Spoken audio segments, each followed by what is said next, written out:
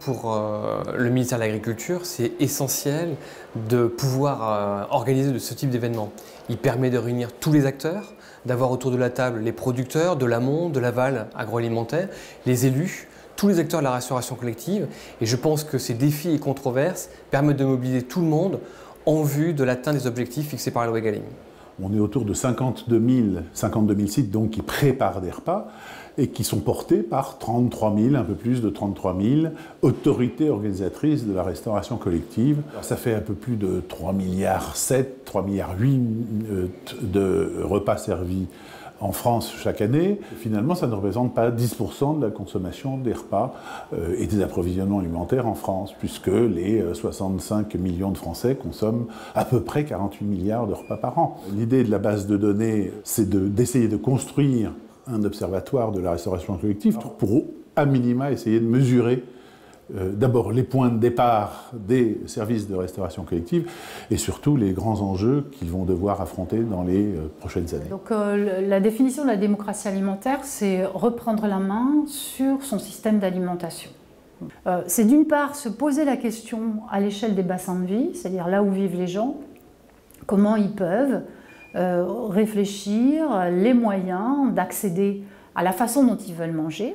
Et la deuxième chose, c'est comment, à l'échelle des territoires, l'ensemble des citoyens va pouvoir participer aux projets alimentaires territoriaux. La restauration collective est un levier assez fabuleux là-dessus et pourrait aussi aider à faire en sorte que l'ensemble des habitants d'un territoire puissent accéder à une alimentation de qualité.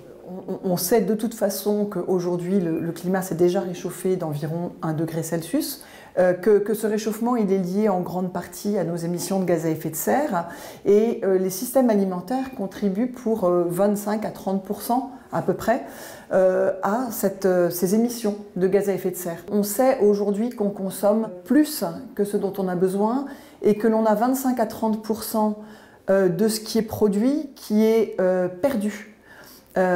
Sous forme de gaspillage, sous forme de perte à la production dans les transports. Donc je pense qu'on a une possibilité, en travaillant aussi sur notre consommation, de satisfaire à la fois des exigences environnementales et climatiques et des exigences en termes de santé publique. Quand on interroge les élus locaux, quand on interroge les cuisiniers des collectivités, ils nous disent oui, on a envie d'aller vers plus de produits bio parce que ça permet d'une part de développer l'agriculture locale et d'avoir un lien direct avec les agriculteurs, et d'autre part de satisfaire les convives avec des produits qu'ils demandent. Les conversions des agriculteurs en 2018 en France ont été principalement sur la production de céréales et sur les fruits et légumes. Donc c'est deux types de produits justement qui sont très intéressants pour la restauration collective.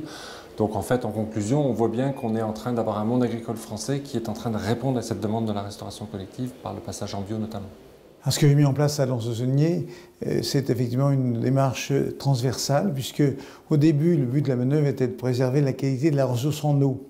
Et pour ce faire, on s'est dit, on va privilégier le bio dans la restauration collective. Le bio est un produit demandé par les habitants.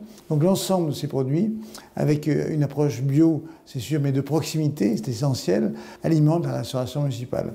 Ça n'a pas été facile, mais on y est arrivé parce que chacun s'est attelé à cette tâche extrêmement motivante. Oui, en fait, vous avez vu, c'est le début du grand véhicule, quoi, le CESE. Et donc le petit véhicule, même s'il est d'autant plus important, ce sera avec les Césaires en région. Merci et donc à très bientôt.